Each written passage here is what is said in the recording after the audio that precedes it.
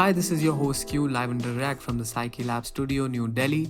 Welcome to the Groundbreakin, where we sit down with creatives, design, and business pioneers to discuss their journeys, challenges, and success.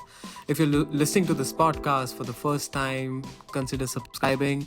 Also, check out our website. We are working on a newsletter and a slowly growing design community on Discord.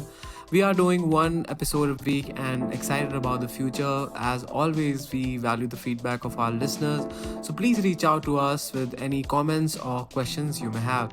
You can also shoot me a mail mentioned in the podcast description. For this episode, we have Jeremy Mura. With his heavy metal mentality and passion for creativity, Jeremy has been making waves on YouTube and is a top teacher on Skillshare. We'll be discussing his journey in design and the story of how he took the leap to go independent and make a successful name for himself, working with big clients along the way. It's been an inspiring conversation with Jeremy where we have delved into his creative process and learn about the mindset that has helped him succeed.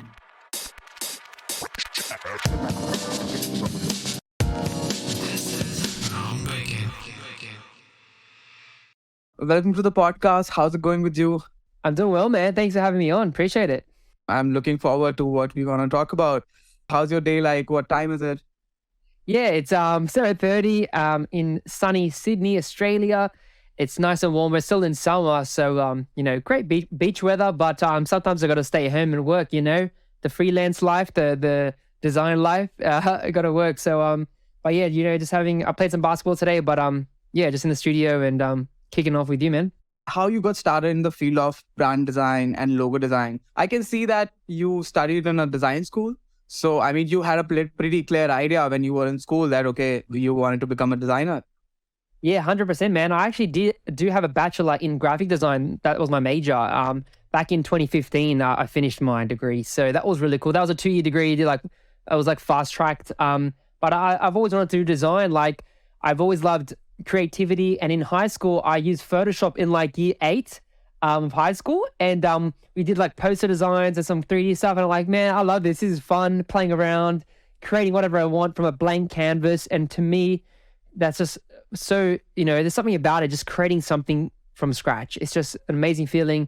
And that's what got me into design. But yeah, I went the traditional route, got a bachelor, and then from there did a few internships and then started freelancing as well. I've been freelancing since 2013. So even before I finished my degree, I was already freelancing. And so I got a lot of experience, worked in a couple of agencies as well.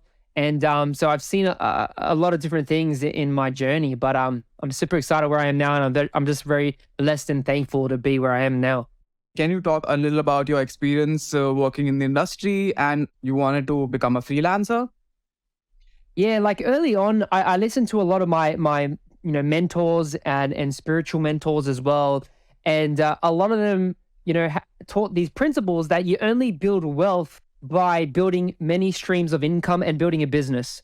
You can't become rich and wealthy by working 9 to 5 for someone else building their dreams. You need to build your dreams. You need to build your business. That's how you build wealth. Building assets, creating value for people, helping others achieve their goals.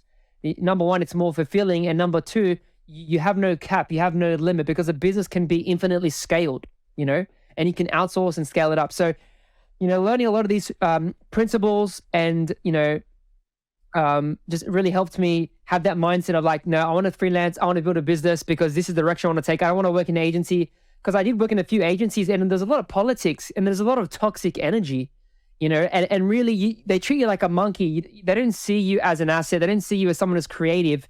They just tell you to do this design, move these little objects or do some logos. You have no input into the strategy, the creative thinking. You don't even talk to the clients, and some people like that. That's okay. But for me being, an ENFJ, a leader personality, for me, it's no, I find fulfillment in running my own business, having that control. It's a lot more fun for me. So that's when I knew I'm yeah, I gotta take this direction.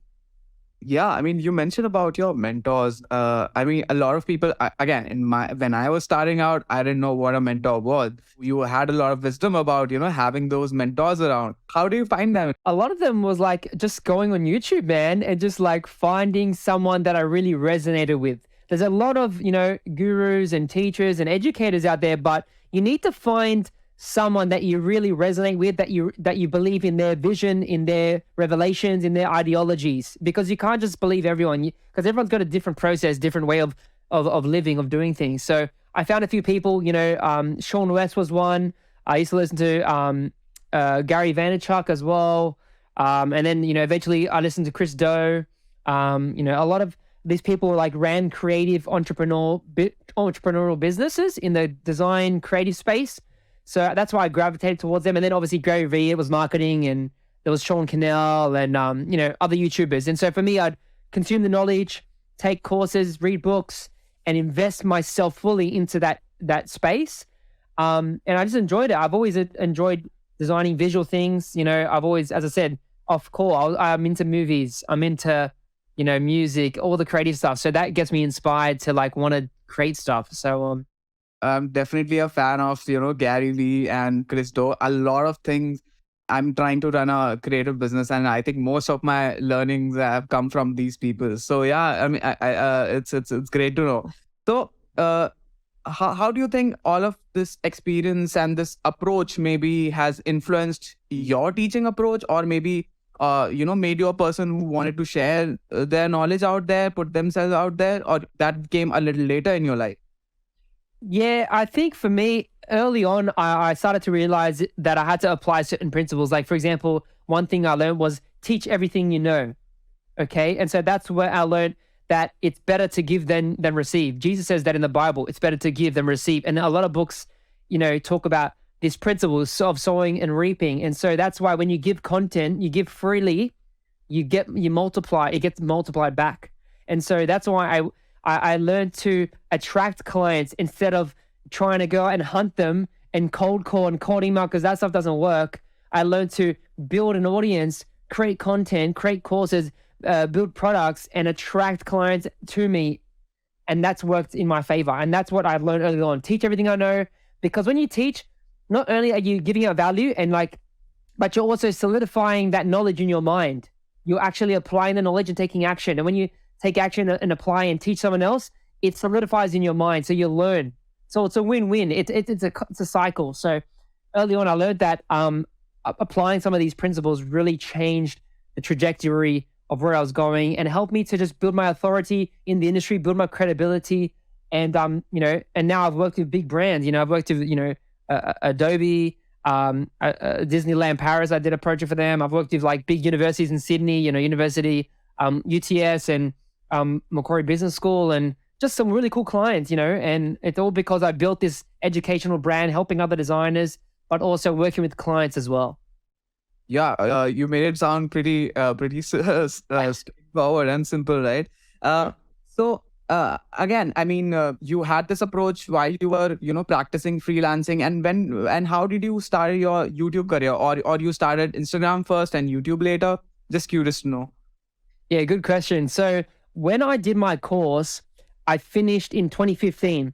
I launched I started an Instagram account in 2015, but when I finished, I literally launched everything. So what I did, how you have like a major project as part of your uni course or whatever? Like my major project was to do my own personal brand. That was like my thing. So like I built like my invoices, my YouTube channel, and, my business cards, everything, like my logo, and put it all in a package. And so as soon as I finished, I launched my YouTube. Then months later, I did my, I had Instagram going. I started doing courses as well on Skillshare in August 2016. And I also started doing my template packs and my products. So like digital brand templates and stuff. And that was all back in 2016, man. So I've been doing this for a while. As you can tell, like on YouTube, I have over 500 videos. On Instagram, I have over 1,000 posts, so I put in the effort, I put in the consistency, the discipline, and I put out the content, and it just shows, and that's why it doesn't happen overnight. It takes hard work, it takes discipline, it takes sacrifice. So, my plan was always just to keep being consistent and just stick with it. You got to have faith. You got to take risks, right, in life. And I just stuck with it because of my mindset. Yeah, I mean, I call it a heavy metal mentality, I think. That's cool, man. Yeah, I mean that is something I'm learning to do. And again, I mean, it can be hard for a lot of people to start. Yeah. What maybe you can, we can talk about that, to a lot of people who wants to put themselves out there. I can see that you also have like a, really nice courses going on Skillshare. Can you talk about how you become a top teacher and, on Skillshare and your experience with teaching online? Yeah, sure. For me, it was back when I started, like as I said, in 2016 and 2017, I launched a course called Logo Design for Beginners. And so on Skillshare at that time, they didn't really have anyone that was good in the like sort of logo space. Obviously, there was logo courses outside of the platform, but on that platform specifically, I did that and it did really well. And now it's got over 17,000 students in that course. So, and it was just like a short 1 hour course, just sharing what I've learned over the years. Obviously, like I had experience from college and freelancing, so I just taught what I knew, and it did really well. And then eventually, because I got so many students and I was, bringing in so much to the platform, I got invited to the top teacher club. And so it's only the top 1% of teachers on there, and they have probably 20,000 teachers on there or whatever. I don't know the number, but yeah, I'm still thankful that I got invited. And yeah, it's just because of consistently uploading, like doing 3 courses a year roughly, because I've got over 25 courses. And teaching is all about just like, as I said before, like having something that I've done. So like whether it's working with clients or like doing a logo design or, doing brand discovery or researching, doing mood boards, like whatever I learned, I try to package it up for someone who is like just starting out, and just making it really simple. And for me, I have this gift. I'm really good at teaching and breaking complex ideas down into the simple pieces, bite-sized lessons. And I think that's a skill that I learned over time as well. But yeah, man, it's been fun teaching on Skillshare. And now Skillshare is like inviting me to do like specific courses now and stuff, which is super fun. So yeah. Yeah, you had an idea about, okay, what you want to do. You wanted to go independent. You started putting out content. What was your philosophy? I think this can be a little, be a deep question, but what was your philosophy in your mind to, get things done on the way? Because I'm sure you, you make it sound like that you knew about it already, but definitely it wasn't the case. How were you, constantly getting things done and, okay, I got to do this. And, how do you make that plan? And how do you, what formulas did you have that the rest of them did not? Yeah, as I said, like I grew up in like a rough childhood. Like my parents divorced when I was young, and my mum used to work 3 jobs when I was little, and so I had sort of that hardship in my life. Obviously, my dad was still in my life, but seeing my mum struggle financially and those things really pushed me to be like, I don't want to have the same problems my parents did. So I wanted to be the difference. I wanted to be the change. And obviously, I believe in God as well. So my faith in God really helped me as well form this strong mindset, because I believe all things are possible if you believe, and everything works out for my good, because that's what, God says. And so for me, I believe those things. And, just on a practical level, like I took responsibility for my life. I didn't want to blame my parents. I didn't want to blame anyone else. I read this book called, it was from Jack Canfield, A to B of Success, or Success Principles. And that was a really great book when I was younger. It talks about like, take responsibility for your life. Stop blaming others. It's up to you. You are the one to make the change, make the money, start the business. Like, it's up to me. So when I made that shift, like, it's up to me. I have to do this. I was determined to like, get out there, take risks, build my business, earn an income. And it wasn't out of ego or pride or anything. It was just, I wanted to make a difference. I wanted to, leave a legacy on this earth, make an impact, because I don't want to waste my life. You know what I mean? I used to party, I used to drink and do all those silly things and go clubbing, and I'm done. Like, I'm over that life. I got transformed years ago, but, having that mindset of just like, if I don't do this, who else is going to do it? Do you know what I mean? Like, you really have to take that responsibility and just like stick with it. And what I've learned over time by paying attention to these big entrepreneurs, these, billionaires and millionaires, is they focus on one thing. They master their craft. They stick with it. They stick with these boring businesses for years and years and years, 10, 20, 30 years. And that's how you build wealth. You stick with something, you stay in your lane and stop trying to do, what is it? Shiny object syndrome. Oh, this is new. I'm going to do that. Like, for example, like NFTs and crypto started popping up. And everyone was like, oh, I'm going to go try that. I'm going to go do this. It's like, but you haven't even mastered logo design or like your brand, or what branding or websites. Like, focus, like pick a niche and stick with it. And so those are some of the, hopefully that answers the question, is some of the ideas philosophies I had. Wow. I definitely can say that, adversity leads to a lot of wisdom at the same time, when God gives you adversity and get some wisdom as well. So yeah, that's a fair point, Jeremy. How do you stay constantly creative? Because again, you put yourself out there, you're also working for clients, you're putting content on YouTube, making classes, things like that. So don't you like drain out? How do you, stay constantly creative and, energetic?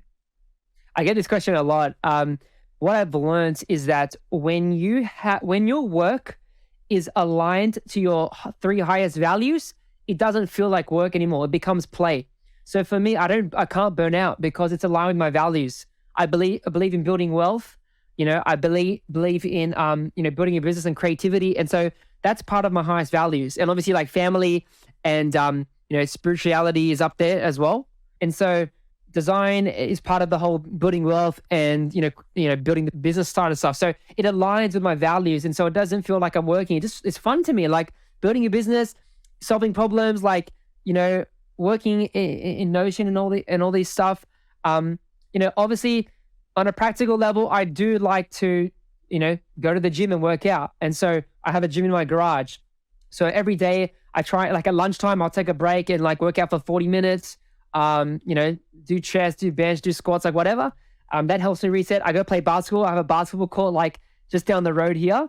And so I play like with these young kids, do like 3v3, 2v2, play some basketball. So that helps me keep my energy up. And then obviously like my diet as well, having a clean diet. So eating grass-fed beef, having fruits, having, dairy as well, milk, which is good. And just like staying away from processed foods because that junk will really mess up with your body and your performance. And so I'm all about biohacking and being a high performer. So that's, and then obviously I play some games and watch movies. That helps me reset as well. Like just get my mind off things because you can't always think about work. You gotta let the brain, relax and get into that other states where it can, be in a, meditative and let the subconscious solve problems for you.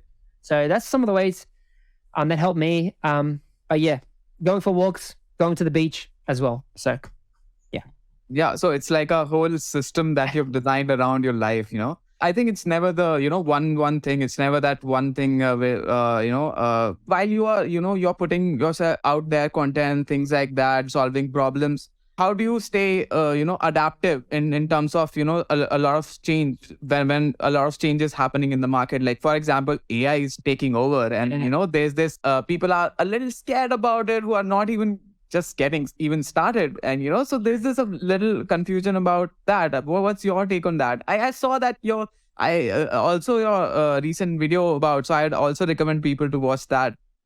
Thanks, man. Appreciate it. Yeah, like for me, I'm always, as I said, investing in myself.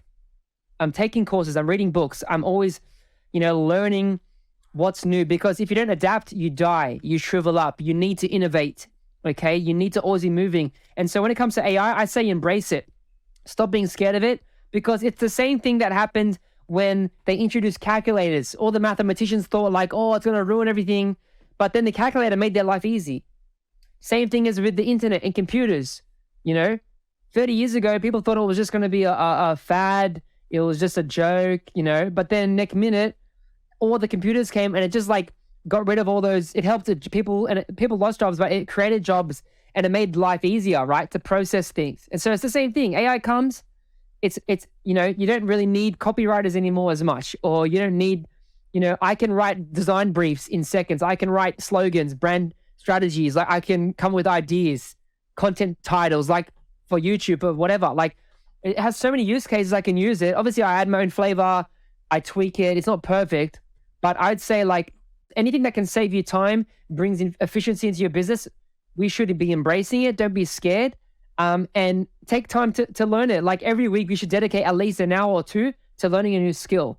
Dedicate that one day to sit down and just learn something. Go on YouTube, go get a course or whatever.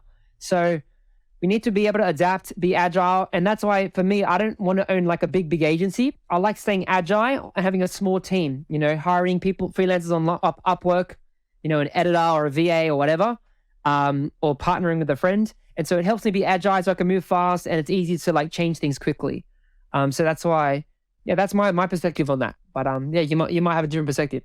Yeah, I think it's fair to say, we gotta live with that, right? I mean, we don't have any reason to, stay away from that, because it's gonna be difficult for us in a longer run, because many AI tools are gonna be there and they're gonna become better, right? That's right. And like it's just about the person who is willing to like try it out, you know what I mean? Because you're going to get left behind if you don't use it, you know what I mean? Because it's going to wipe out all the low level and like mid-level jobs. It could potentially wipe them out. And so it's only the people that have high value skills are the ones that are going to get clients and be running business. You know what I mean? I'm not trying to speak negative. I'm just trying to say like, put in effort. Like you can't just half-ass it. You got to put in that work and you got to learn these tools because it's the future. It's inevitable. Technology is growing and it's growing rapidly and it's not going away. We can't get rid of it. So let's just use it as a tool. It's just a tool, but the human mind is more powerful. Let's, just use it in all in the right circumstances and situations. So yeah. I agree with that. I've been talking to a lot of creatives doing, creative business now. And I've noticed this one thing that they haven't been, people who knew about how a business works. So how did that work out for you? I mean, again, you started as a freelancer. Now, you have like a whole business of design. How did you, prepare yourself to do that? And how do you think that teaching business of design, how it is relevant to your students maybe, or relevant to your viewers who's watching your videos? Can you just rephrase the question? Can you simplify it? Yeah, I'll do that. I mean, what do you think about business of design moving forward? Again, because I've been talking to a lot of creatives who turned entrepreneurs and, now running creative business, and it got difficult for them because, they are creatives and it's always a thing, about, how to do business. What's your take on that? Yeah, so I think every designer should learn business, but the real reason is we're not really taught in school. Like they don't teach us in uni and college. So I had to learn this stuff outside of college, really. But I did have a teacher, my lecturer owned an agency, and he was working with brands and he had a team of 10 people or whatever. So I used to always ask him questions and he actually hired me for a few jobs after college, university, which is cool. And so I learned a lot from him because I was asking questions about business, like how do you pitch? How do you do proposals? How do you do contracts? How do you negotiate? How to do pricing? All that stuff. And back in 2016, Sean West had a lot of value-based pricing courses and writing courses, how to sell with writing. And I took those courses all the way back then. So I learned a lot of these things before Chris Do was blowing up. A lot of the I learned a lot of this business stuff before, because I do understand a lot of designers are introverted. They just want to sit there and design and be creative, and that's fine. Go work for an agency then, because at the end of the day, running a business is not easy. You got to have multiple hats. You got to do admin, you got to do sales, business, do the logo design and do creative. Half the time I'm not even designing stuff. I'm just putting content, I'm promoting, I'm on calls with clients, I'm doing deals, all that stuff.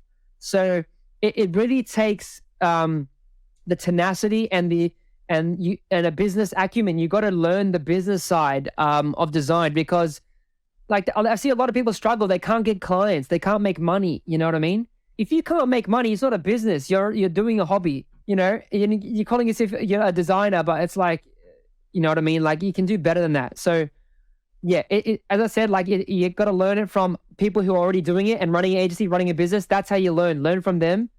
And yeah, that's how you learn the business stuff. Because then you're gonna go broke, because artists, they always talk about the starving artist and stuff. But no, I don't want to be a starving artist. There is a way to make this a business. So there's always a way. Yeah, makes sense. I mean, I'm on the same path. I've been into that situation where I'm that introvert who's just trying to design and think that okay, I'm gonna get rich. But again, so everyone learns it differently. So yeah, I forgot to ask this question when we were talking about AI taking over. How do you think that people can stay relevant moving forward, so that they make sense and their skills doesn't become obsolete? As you mentioned that copywriters, we won't need copywriters. I mean, how do you think one can stay relevant, or do they need to find something else? Yeah, I'd say figure out how you can use AI as part of your workflow and then create an offer around that. So, for example, maybe you weren't offering brand strategy or like copywriting before. Now, with the power of AI, you can actually offer that as a service. Do you know what I mean? Like combine it into your design services and add that as an extra wing as part of your package. Do you know what I mean? Because we have AI, we can use that to our advantage. So yeah, you can use it for like brand strategy, creating, marketing campaigns. You can even use it for content creation, like coming up with content ideas. Like you can make a package, like let's say like $500 a month. You come up with like 30 ideas for your client and then just get AI to like produce it. Like if maybe they need 30 blogs or 30 Instagram posts, whatever it is, like you can pump that out in AI, create the titles, create the text, and then just give that to your client. Your client can use that to post it, That's just like a couple ideas I just gave you, like how we can like start to use it. And so see how we can, utilize it into our business and just, use it in a practical level. Just like, I think just like start to play around, especially like I've been using ChatGPT as one of them. I've used Tweet Hunter before. That's for Twitter. Mid-Journey for images. Because AI will just every year will get better and better. So just see how you can use it in your business. Yeah, for sure. Again, I mean, it's a crazy time, right? We've talked about, we had like a deep dive in your career and your heavy metal mentality. What were the biggest challenges that you faced throughout this phase? And I don't know, you made it sound pretty simple. Maybe it was simple for you because you started from point A and now you are at point T or whatever. Again, you gotta move way, way, way forward, Jeremy. And you always, you also been an inspiration for a lot of us. So what were your challenges that you overcame, as you moved forward? Yeah, 100%. I want to say like everyone makes mistakes. Everyone goes through challenges. It's just part of life. And it wasn't smooth sailing. You know what I mean? You become an entrepreneur by going through many, many different situations and challenges. Like a great sailor doesn't become a great sailor by going through calm waters. He goes through the storms. That's how he becomes great. And so for me, number one, like I used to charge really low. Like I used to, when I was starting out, I was doing like $50 logos, a couple $100 here and there. I was going on freelance sites. I would apply to so many like design jobs that I would get rejected. Like sometimes I would apply my resume 30 times and get like no response, get no's, like, and I was just trying to get a job for like at a cool design agency. But then like I'd start getting like doubts because my portfolio was pretty crap, because the student portfolio wasn't that good, to be honest. My work wasn't that great like back in the day, right? 2014, 15, it was pretty bad. So I had to deal with that. Like portfolio sucked. I had to deal with like getting rejected from studios. I was charging too low. So I had to learn how to charge more and like increase the value. I had to increase my skills. There was times where like a client wanted to get some printing done and the text, I didn't double check all the printing and the text was too small for the menus for the cafe. And they didn't want to pay me. Like, I've been through that, like that type of stuff. So it doesn't, just because you see us big designers that were professional, were amazing, it took us a lot of time to get through the challenges to get here. You know what I mean? So don't think we don't go through make mistakes, but it's in those mistakes that we learn fast. But as I said, get mentors, try and find people online, or invest in a coach that can really help you speed everything up and not make the same mistakes that I did. But yeah, those are some of the challenges I faced. I think as well, like I didn't want to spend money. I was always trying to like save money and like not scale too fast. And like I didn't want to outsource anything. And then I realized over the last 2 years, like outsourcing is so good. When you have that extra cash, investing in a video editor or a virtual assistant, it's actually really good. It saves you so much time because you can focus on doing, money making activities, or focus on the creativity, or focus on building your business. And so I learned you have to actually spend money sometimes to, make money and build your business. Yeah, makes sense. So right now, I mean, you have like a team of people working for you, or you like a nucleus of freelancers? Yeah, so a video editor and a VA mostly. So there's two people. And sometimes I work with I collab with a strategist, or like I have a friend, other designers, but it's mostly just me and the video editor most of the times, and then sometimes I get the VA to help out. But yeah, it's really just a simple structure, man. I'm not nothing too crazy. Yeah, I mean the amount of work you're putting out there is just immaculate. One more thing I wanted to ask, from you was, I've seen a lot of designers and artists. When you look at their work, you get an idea. Okay, oh, it's by them, right? So Yep. how do you think we can develop our unique style, and Mhm. approach maybe in brand design and logo design, or maybe something else? What do you think? What do you think is the process behind that? The way you build your style is just by experimentation and trying many different things over a long period of time. Your style, it's not something that you can force. It's a natural progression that happens over time. And it's a combination of your passions, your interests, the type of design category you're in. And you only find it only develops by experimenting early on. When you're just starting out as a designer, it's good to try different things like animation, illustration, 3D, logos, branding. It's all a bit different. And I've dabbled in a bit of everything, So for me, I try a lot of things, and then I really, really, really love doing logos and branding. And I also knew that it is a profitable space to be in, because every every business needs branding, right? And a logo. So they're always going to need that. So there's always going to be money in that space, Same thing as for UI and UX. That's everyone always needs a website, And so that's a good area to develop in. But yeah, it's just that it takes time, enjoy the process, enjoy the journey. Remember, it's not about the destination. It's about the process and the person you become along the way. And that's how it naturally develops. My style developed just by creating. I've always liked futuristic, masculine, bold colors, vibrant, energetic. I like the color black as well. It feels spacey, and it was cool. And just contrast, having good contrast with your brand colors as well helps. But yeah, that's my thinking on that. Wow. I mean, thanks a lot, Jeremy, for a lot of insights. I would also like to ask you some of your favorite books. I'm also a person who is constantly reading. Right now, I'm reading Building Brand Story by Miller. Yeah, that's a great one. That's a beautiful one. So what are your favorite books? Sure. Yeah. So some of my favorite books, brand identity wise, anything by David Airy. He's got Logo Design Love and also Identity Designed. Aaron Draplin, pretty much everything that's great for logos.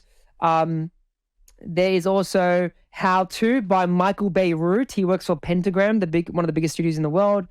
You've got Michael Johnson, 5.5 Steps to Branding.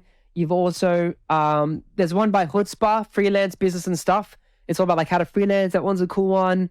I've got Logo Lounge. Atomic Habits is great by James Clear, all about habits. I'm sure you've heard of that one. 7 Habits of Highly Effective People. That's an old one I've read as well.